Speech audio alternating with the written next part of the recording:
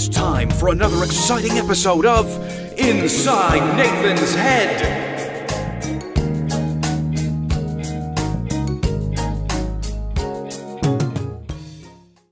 Julius, what are you making? I'm making corn and dogs. Corn and dogs? Yes, hot dogs and corn.